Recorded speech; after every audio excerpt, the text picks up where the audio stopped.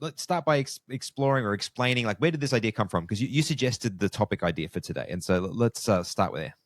So the topic idea came from, actually, it goes back to last year, the beginning of last year, when I had been doing a bit of thinking about top podcasts in the Adventist church. So that's really where it came from. And I created an article about the top podcasts in 2025 to look out for. I think you can Google that if you want, in 2025.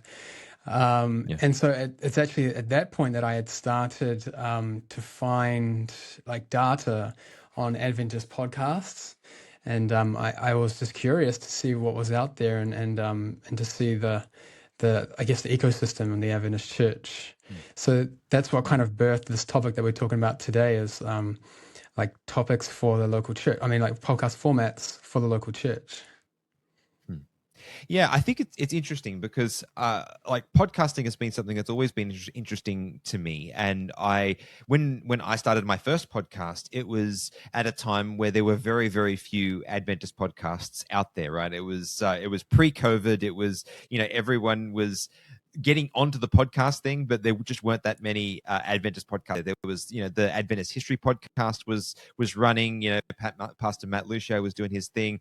Ryan Becker was running his podcasts, but there really wasn't much else going on in the realm of Adventist podcasts. And then there was this explosion, right? Like there was just like so many that all came up, and at some point, I was originally tracking everything, but at some point there just got to be too many, and I stopped really paying attention to what was out there because there was just so many of them. But so I am curious. As you said, you've been doing some research. Maybe if you could share some of those key insights. What have you learned? What is the most interesting things that you found by doing this research? Yeah, good question. I guess at the beginning of the research, I just created a list. Like it was just a list, and I put it to sleep for 2025. At the beginning of the year, I got caught up as we all do, like you said. Life goes on. There's so many of them. Like there's 89 podcasts that I was tracking, and I think as I was coming to the end of the year and like into the start of this year, I started revisiting that data, and I had just been like going back and saying, okay, so what podcasts are still there? What podcasts actually exist and who are currently like releasing like episodes, and haven't died. And so I went through and I checked out each of those podcasts to see if they had been still releasing episodes into January of this year. And I found something quite interesting, because out of the 89 podcasts, 34 of those had ceased or at least had stopped producing episodes into the new year. Yeah. So that was kind of like the number one key insight that I found. That's a huge number, really. Yeah, it is. I was quite concerned as to why that would be. Yeah. Okay. And so were there any patterns that you noticed within that? Like as an example, are the ones that fell off, were they primarily like solo projects, or were they particularly sermon based, or like were there any like discernible patterns as to which ones fell off?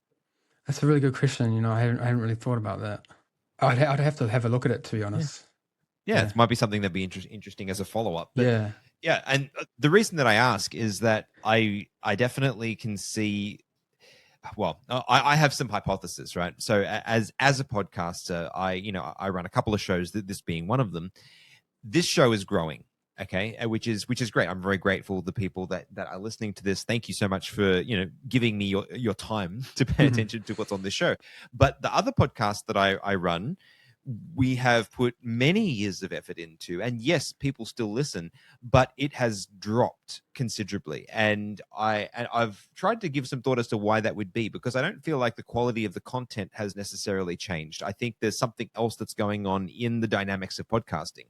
And this is a hot take, so like I don't have any data to back this up like you do, Kahn. But one of the things that I think it has happened, I think that as podcasting as a platform has matured, it has become much more difficult to attract an audience, because now, rather than having, hypothetically, let's say 100,000 podcasts, and there's a small percentage on all of these shows, now there's, big production companies, NPR, like, these really big organizations have come and they've created the equivalent of like high production value shows. Yeah. And so rather than a few people listening to all of the shows, it's like 90% of the people listening to 10% of the shows, and then a spattering for the non-commercialized, really high production value, for the lower end of the audience. Yeah.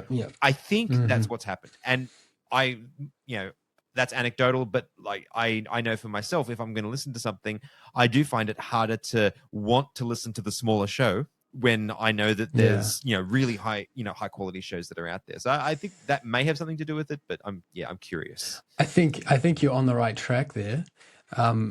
What I found to be the case is that there has been not as much support for independent podcasters in our space. That could look like support on a local level or support on an institutional level for Adventist podcasts. And why there hasn't been, I feel like, is because the amount of like communication that has been between both sides in this area hasn't been existing. I mean, sure, there has been maybe conferences that have taken place, and I mean, maybe conversations have taken place in the church between leaders about podcasts, and that's probably why we see a lot of podcasts out there in like, say, for example, the Southeast Asia, South Asia podcast, and there are podcasts out there that are in the institution that are being distributed to our church members in a whole, but I don't think it has been necessarily given the freedom or like the open source for the church members to be able to explore podcasts that are being produced by Adventists. It hasn't been marketed that way. It's kind of just like a select, like if I'm a conference, I just select, the podcasts that I would listen to, kind of thing. But if I don't. So what you're saying? Yeah. So if I'm understanding you correctly, what you're saying is that the institution has created podcasts, but it hasn't really. It's not necessarily creating them in alignment with the desires of the people who they want to approach, right? They're creating it, but it's very much like, oh, podcasting is interesting. Let's create a podcast, and you're an employee who I think would do well, so create a podcast. So there's not as much strategic direction behind it. Is that what you're saying? Yeah, that's part of it. I think that it hasn't been able to break into the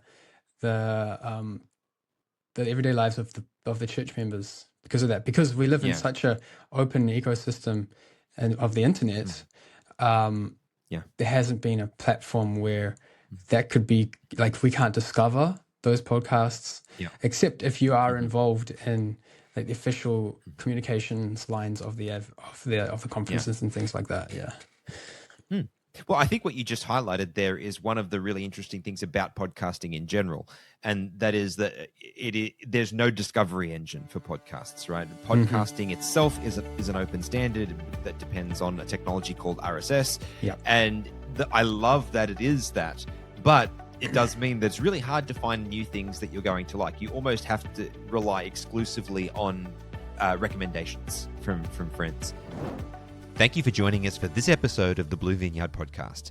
For more episodes, information about our services, and more, please visit bluevineyard.com.